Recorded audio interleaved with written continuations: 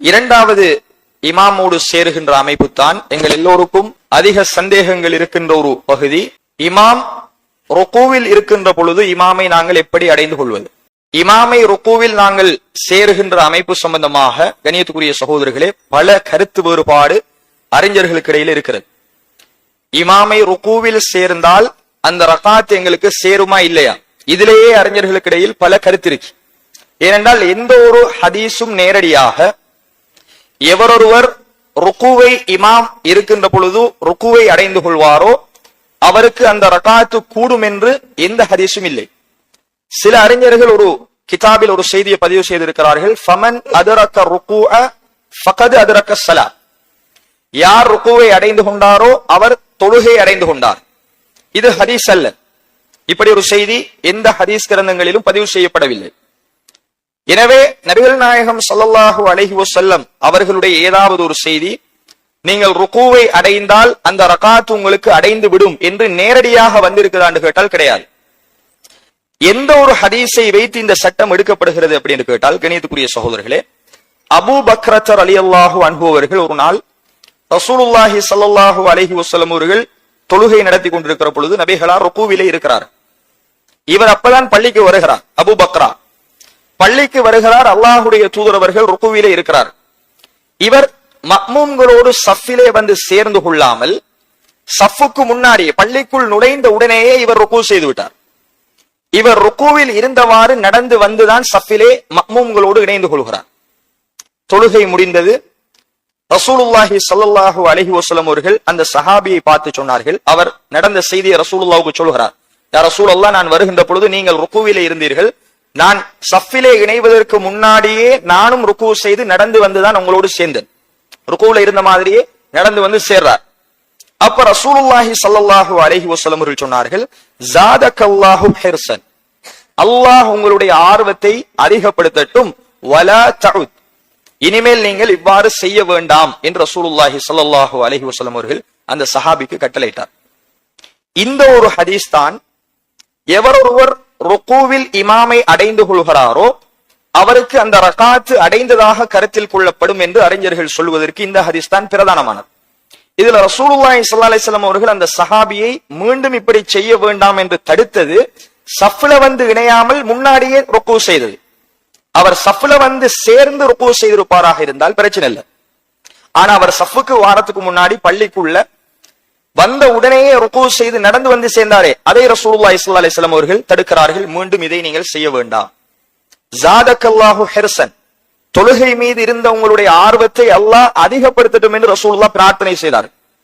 ரசூலுல்லாஹ் ஸல்லல்லாஹு அலைஹி வஸல்லம் அவர்கள் நீங்கள் மீண்டும் அந்த ரக்காத்தை தொழ வேண்டும் என்று அவருக்கு சொல்லல. இதான் முக்கியமான பாயிண்ட். அவர் ருக்கு செய்தார், அந்த ருக்கு ஏற்றுக்கொள்ளப்பட்டதாக அமைந்து விட்டது. ரசூலுல்லாஹி ஸல்லல்லாஹு அலைஹி வஸல்லம் அவர்கள் நான் ருக்குவில் இருக்கின்ற பொழுது நீங்கள் என்னை அடைந்ததனால் நீங்கள் கியாமில் என்னை அடையவில்லை, எனவே உங்களுடைய தொழுகையின் ஒரு ரக்காத் ஏற்றுக்கொள்ளப்படாது, மீண்டும் தொழுங்கள் என்று அவருக்கு கட்டளையிடல. அவருக்கு ரசூலுல்லாஹ் அப்படி கட்டளை இட்டிருப்பார்களாக இருந்தால் நாங்க ருக்குவுல இமாம சேர்ந்தாலும் அந்த ரக்காத் எங்களுக்கு சேராது. எனவே அல்லாஹுடைய தூதரவர்கள் அந்த சஹாபிக்கு அந்த ரக்காத்தை மீட்டுமாறு கட்டளை இடவும் இல்லை. அந்த சஹாபிக்கு அல்லாஹுடைய தூதரவர்கள் அல்லாஹ் உங்களுடைய ஆர்வத்தை அதிகப்படுத்தடும் என்று சொன்னார்கள். ஆனால் சஃபில் சேர்ந்துதான் இமாமை நீங்கள் பின்பற்ற வேண்டும், சஃபுக்கு முன்னாடி தொழுகையை தொடங்கக்கூடாது. இதை ரசூலுல்லாஹ் தடுத்தார். அதனால் கண்ணியத்துக்குரிய சகோதரிகளே, சஹீஹுல் புகாரில 783வது இலக்கம் இந்த ஹதீஸ், அபூ பக்ராவுடைய செய்தி. எனவே இந்த ஒரு ஹதீஸ் தான் நாங்கள் ருக்குவில் இமாம் இருக்கின்ற பொழுது ருக்குவை அடைந்தால் எங்களுக்கு அந்த ரகாத்து கூடும் என்பதற்கான பலமான ஆதாரமாக இருப்பதை நாங்கள் பார்க்கிறோம். இப்ப கண்ணியத்துக்குரிய சகோதரிகளே, இமாம் ருக்குவிலே இருக்கிறார், நாம் பள்ளி வாசலுக்குள்ள வருகிறோம். இப்ப ஒரு மக்மூம் தொழுகையில எப்படி இணையணும்? வந்த உடனே நாங்க ருக்கு செய்வதா, அல்லது நாங்க தக்பீர் சொல்லி ருக்குவுக்கு போவதா, அல்லது தக்பீர் கட்டி ருக்குவுக்கு போவதா? இது சம்பந்தமாக அறிஞர்கள் விலாவாரியாக பேசியிருப்பதை நாங்கள் பார்க்கிறோம். எங்களுக்கு தெரியும், தொழுகையினுடைய ஆரம்பம் தக்பீர், தொழுகையினுடைய இறுதி தஸ்லீம் சலாம். தக்பீர் கட்டி தொழுகையை துவங்க வேண்டும், அதே நேரம் சலாம் கொடுத்து தொழுகையை முடிக்கணும். இதான் தொழுகையினுடைய ஆரம்பமும் இறுதியும். ஒருவர் இமாம் ருக்குவில் இருக்கின்ற பொழுது சஃபுக்கு வந்து சஃபில் மக்மூம்களோடு சேர்ந்து விட்டால், பள்ளிக்கு வருகிறோம், பள்ளிக்குள் நுழைகிறோம், இமாம் ருக்குவிலே இருக்கிறார். இப்போ ஒரு மூமினுக்கு, ஒரு தொழுகை, ஒரு முசல்லிக்கு, தொழுகையாளிக்கு என்ன கடமை என்றால், முதலாவது சஃப்ல சேரணும். சஃப்ல சேர்றதுக்கு முன்னாடி நாம் ருக்கு செய்தால் கண்ணியத்துக்குரிய சகோதரர்கள் அது சுன்னாவுக்கு முரண். அல்லாஹுடைய தூதர்வர்கள் நமக்கு தடுத்திருக்கிறார். சஃபிலே நாம் சேருகிறோம், சேர்ந்து நாம் தொழுகையில இணையல்ல, இமாம் ருக்குவில இருந்து எழும்பிட்டார் என்று சொன்னால் அந்த ரகாத்து நமக்கு சேராது. இமாம் சமிஅல்லாஹு லிமன் ஹமிதாவுக்கு வந்துட்டார், நம்ம அப்பதான் சஃபுக்கு வந்து சேர்றோம், எங்களுக்கு அந்த ரகாத்து சேராது.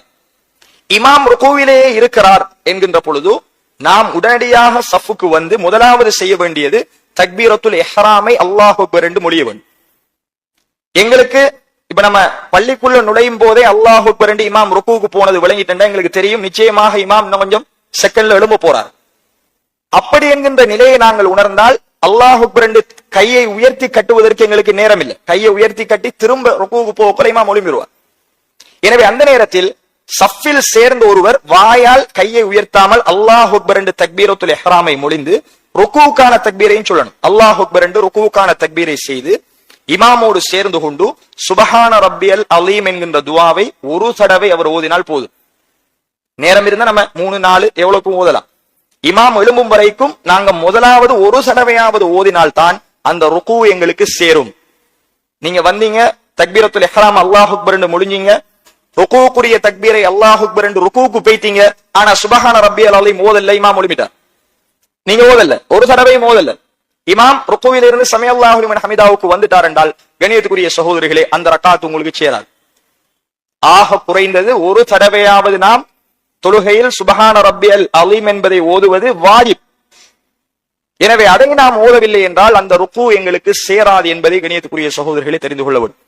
அப்ப ருக்குவில் இமாமை அடைந்தால் அல்லாஹு அக்பர் என்கின்ற தக்பீரத்துல் இஹ்ராமை நாங்கள் முடிய வேண்டும். நேரம் இருந்தால் கையை உயர்த்தி நாங்கள் தக்பீரை கட்டலாம்.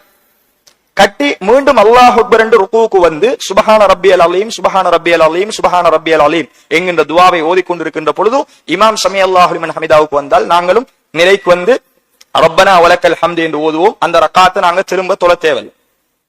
எனவே இது ருக்குவில் நாங்கள் இமாமை அடைந்தால் சேருகின்ற அமைப்பு. அதே நேரம் இமாம் ருக்குவுல இல்ல, சமிஅல்லாஹு லிமன் ஹமிதா என்கிற நிலையில இருக்கிறார். இப்ப நம்ம இமாமை வந்து சேர்ந்தால் கண்ணியத்துக்குரிய சகோதரர்களே அப்பொழுதும் தக்பீரத்துல் இஹ்ராமை முடிந்து அதற்கு நீங்க கையை உயர்த்தி கட்ட வேண்டிய எந்த அவசியமும் இல்லை. சஃபுக்கு வாரீங்க, இமாம சேர்றீங்க, அல்லாஹு அக்பர் என்று தக்பீரை முடிய வேண்டும். எந்த நிலையில் அடைஞ்சாலும், நீங்க சுஜூதில் அடைஞ்சாலும் சரி, சமிஅல்லாஹு லிமன் ஹமிதாவில் அடைஞ்சாலும் சரி, தொழுகையினுடைய ஆரம்பம் தக்பீர், தக்பீரத்துல் இஹ்ராமை அல்லாஹு அக்பர் என்று முடிந்துதான் அந்த நிலையை நாங்க அடையணும். அப்ப அல்லாஹு அக்பர் என்று சொல்கிறோம், மீண்டும் சமிஅல்லாஹு லிமன் ஹமிதா என்று சொல்லி ரப்பனா வலக்கல் ஹம்து என்கின்ற துவாவை ஓதுகிறோம். இமாம் சுஜூதுக்கு போவார், நாங்களும் சுஜூதுக்கு போவோம். ஆனா அந்த ரக்காத்தை சலாம் கொடுத்ததன் பின்னாடி எழும்பி நாங்க தொழணும். அதே மாதிரி நாம் வருகிறோம், இமாம் சுஜூதில் இருக்கிறார். நிறைய பேர் விடுற தவறு என்ன தெரியுமா? ருக்கு தப்பிட்டா, ருக்குல இமாம நாங்க சேரலண்டா, இமாம் சுஜூதெல்லாம் செஞ்சு திரும்ப இமாம் நிலைக்கு வரும் வரைக்கும் நம்மளும் அப்படியே நிக்கிறது. பள்ளிக்கு வாராக்கள், இமாம் ருக்குல இல்லண்டா, ருக்குண்டா உடனே வந்து சேர்றோம். இமாம் வேறு நிலையில் சமிஅல்லாஹு லிமன் ஹமிதாவோ அல்லது சுஜூதிலே இருந்தா நாங்க அப்படியே நிக்கும். அல்லது சிலர் போன் எடுத்து இமாம் அடுத்த நிலைக்கு வாரத்துக்கு இடையில வாட்ஸ்அப் பேஸ்புக் பாத்துக்கிறோம். இது பிழை. இமாமை என்ன நிலையில் நீங்கள் அடைகின்றீர்களோ இமாமோடு சேர்ந்து கொள்ளுங்கள் என்பதுதான் ரசூலுல்லாஹ் ஹதீஸ். அவர் ருக்குல இருந்தா ருக்குல சேருங்க, சமிஅல்லாஹு லிமன் ஹமிதா இஅ்திதால்ல இருந்தா அதுல சேருங்க, சுஜூதில இருந்தா சுஜூதுல சேரும். சிலர் சஃப்ல சேர்ந்துருவாங்க, அங்கால 2 பேர் இமாம சேர்ந்துருவாங்க, இவர் அப்படியே நிப்பார் சும்மா. இது பிழையான அமைப்பு. நாங்க அதிகமான பள்ளிவாசல்ல நம்ம செய்கின்ற பிழைகளில் ஒன்று இமாமை சேர்ந்து இமாம் நிலைக்கு வரும் வரைக்கும் காத்து கொண்டிருப்பது. இமாம சுஜூதுல சேர்ந்தா உடனே சுஜூதுல சேரும். இமாம் நடியிருப்புல இருக்கின்ற பொழுது வந்தா அவர் நடியிருப்பை முடிச்சு திரும்ப இஅ்திதாலுக்கு வரும் வரைக்கும் எங்களில் அதிகமானவர்கள் காத்து கொண்டிருக்கிறோம். இல்ல, நீங்களும் நடியிருப்புல சேர்ந்து அத்தஹியாத் ஓதணும். என்னென்ன நிலையை இமாமை நீங்கள் அடைகிறீர்களோ அந்த நிலையிலிருந்து உங்களோட தொழுகையை தொடக்கணும். நீங்க கவனிக்க வேண்டியது ருக்குவை சேர்ந்துட்டமா இல்லையா? ருக்குவை சேர்ந்தாலும் அந்த ரக்காத்தை மீட்ட தேவையில்லை. ருக்கு அல்லாத எந்த நிலை அடைந்தாலும் அந்த ரக்காத்தை நீங்கள் மீட்டியே ஆகணும். எனவே கண்ணியத்துக்குரிய சகோதரர்களே, அல்லாஹ்வின் நல்லடியார்களே, இது தொழுகையில் நாங்கள் இமாமை சேர்வதற்கான மிக முக்கியமான வழிகாட்டல். தக்பீரத்துல் இஹ்ராமை சொல்லித்தான் முடிந்துதான், நாங்க கையை உயர்த்தி கட்டாட்டியும் பரவாயில்ல, வாயால தக்பீரத்துல் இஹ்ராமை என்ன செய்யணும்? அல்லாஹு அக்பர் என்று முடிந்துதான் ருக்குவையோ சமிஅல்லாஹு லிமன் ஹமிதாவையோ சுஜூதையோ நாங்கள் இமாமை அடைந்து கொள்ள வேண்டும். அது இமாம் அத்தஹியாத்தில் இருந்தாலும் சரி, நாங்க அல்லாஹு அக்பர் என்கின்ற தக்பீரத்துல் இஹ்ராமை முடிந்துதான் மீண்டும் அல்லாஹு அக்பர் என்றுதான் நாங்க என்ன செய்யணும்? உட்கார வேண்டும். தொழுகையினுடைய எல்லா நிலைகளும் தக்பீரை கொண்டுதான். இமாம் நாங்க வருகிறோம், இமாம் நடியிருப்பில் இருக்கார், எப்படி சேர்றது? அல்லாஹு அக்பர் என்று தக்பீரத்துல் இஹ்ராமை முடிந்து கட்ட நேரம் இருந்தால் அத்தஹியாத்துல நாங்க கையை உயர்த்தி கட்டத்துல எந்த பிரச்சனையும் இல்லை. ஏன்? இமாம் சலாம் கொடுத்தாலும் எங்களுக்கு அது பிரச்சனை இல்லை. அல்லாஹ் அக்பர் நாங்க தக்பீரை கட்டி அத்தஹியாத்துல இருந்து மீண்டும் அல்லாஹ் அக்பர் அத்தஹியாத்துல இருந்து நாங்க அத்தஹியாத்தை ஓதிக்கிட்டு இருக்கோம். அது இமாம் எந்த நிலையில் இருந்தாலும் சரி, அவர் அத்தஹியாத்துல முடிக்கிற நிலையில் இருந்தாலும் நாங்க அத்தஹியாத்தை ஓதிக்கொண்டிருக்கும் பொழுதே அவர் சலாம் கொடுத்து விடுவாராக இருந்தால் நம்ம எழும்பி தொழவும். அப்ப நாம் கவனத்தில் கொள்ள வேண்டியது, நம்ம இமாம எத்தனை ரக்காத்துல சேர்றோமோ அதுதான் எங்களுக்கு முதலாவது ரக்காத் என்பதை கவனத்தில் கொள்வோம். இமாம் 3வது ரக்காத்தில் இருக்காரு, மகரிபுடைய நேரம், 3வது ரக்காத்துல இமாம் நிக்கிறாரு, சத்தமிட்டு ஓதாத 3வது ரக்காத். நாங்க அப்பதான் இமாம் இணையரம்டா அந்த 3வது ரக்காத் தான் எங்களுக்கு முதலாவது ரக்காத், இமாமுக்கு தான் அது 3வது. எனவே இமாம் சலாம் கொடுத்து விட்டால் நாம் மீதமுள்ள 2 ரக்காத்துகளையும் அதை பேணி தொழவும். இப்படிதான் எல்லா தொழுகை. இமாமுடைய ரக்காத்து நாம் தொழுகையை ஜமாத்தை தப்ப விட்டால் அதிலிருந்து கணக்கு பார்க்க கூடாது. நாம் எதில் சேர்கிறோமோ அதிலிருந்து நமக்கு முதலாவது ரக்காத்து ஆரம்பமா.